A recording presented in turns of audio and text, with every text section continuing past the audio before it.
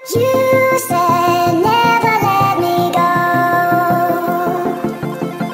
Good morning children. आज आम पढ़ा अष्टम श्रेणी विज्ञान बहिर प्रथम अध्याय शस्य उत्पादन और परिचालन।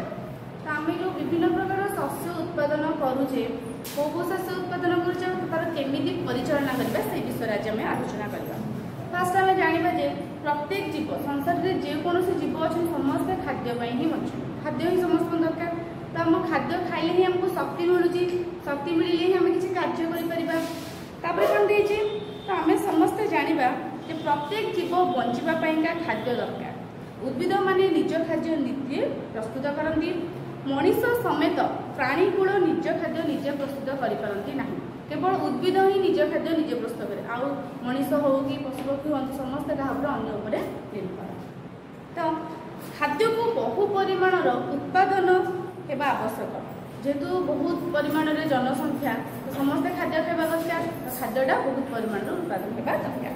तो ये विराट जनसमाज को खाद्य जोगाइबाकू हेले आमको नियमित उत्पादन करने पड़ो, ठीक परिचालना करने पड़ो एवं सुषम बंटन एकांत जरूरी। कृषि प्रणाली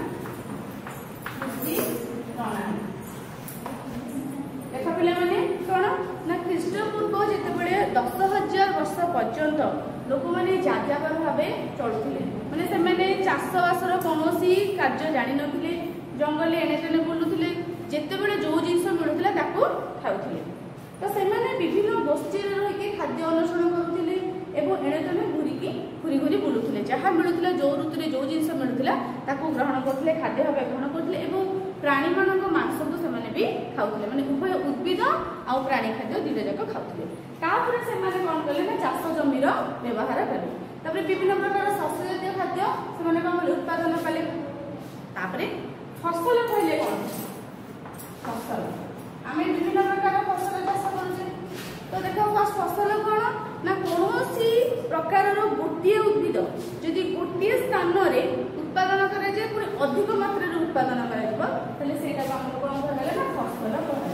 जमी एक्जामपल आम धान नहीं पार गहम नहीं पार मांडिया नहीं पार विभिन्न पनीपरिया नहीं पार विभिन्न फूल हो कि फल हो गोटे निर्दिष्ट एरिया बहुत परिमाण जो चाष करवाटा से कौन ना फसल। आमर आसला फसल हूँ कौन आमर खरीफ फसल गोटे आ गोटे हूँ रबी फसल जोटा वर्षा दिन चाष कर फसल को कौन कहुए ना खरीफ फसल कहुए।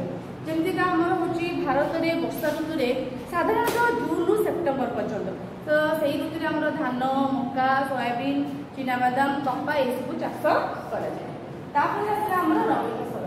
फास्ट कौन कहली गोटे है खरीफ फसल आ गोटे हूँ रबी फसल। तो आमर मु कौन कहली खरीफ फसल कौन कौन ना वर्षा दिन जोटा कि अमल करेंगे। एग्जाम्पल कौन देली ना धान है रबी फसल हूँ कौन जोटा कि शीत दिन में आम अमल कर बुट जीव राशि जीव जितक डाली जातीय उद्भिद से गुड़ा जीव। तो वर्षा दिन चाष कर फसल को रबी खरीफ फसल कहुए और शीत दिन उत्पादन होता फसल को रबी फसल कहुए। बुट गहम राशि एगुड़ा सब आमर बहु फसल रबी फसल आसमर कौन ना कृषि प्रणाली।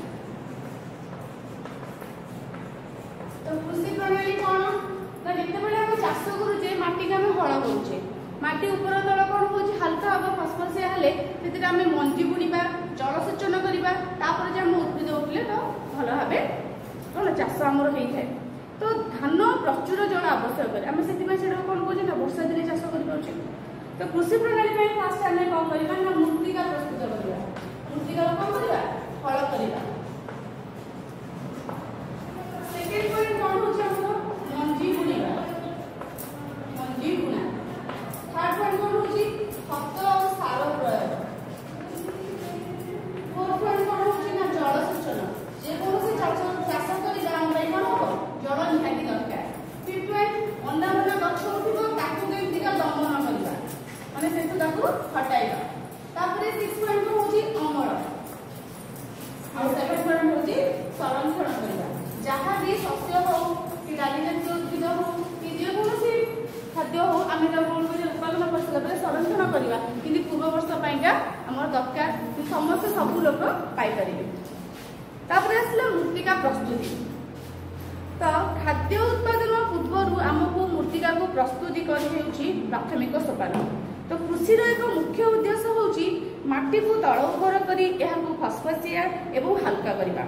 फल चेर कौन हुए ना मृत्तिका भितर गभीर को प्रवेश करें।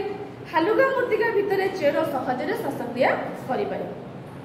हालुका मृत्तिका जिया एवं अणुजीव वृद्धि में सहायक हुए। माटीटा हालुका होगला माटी जो अणुजीव था जो गुड़िक आम खाली देखा जाती ना एवं जिया माटी को कौन करते हैं उर्वरता करते। तो ये जो जीव गुड़िक होती कृषकर बंधु। आहरी माटी को तल उपर कर हालुका करने सहित खती ह्यूमस वृद्धि कर तुमको आज पढ़ेबी एगुड़ी तुमको मीडिया पाखे नोट करके तुम मन पठेबी तुमने ये घरे पढ़।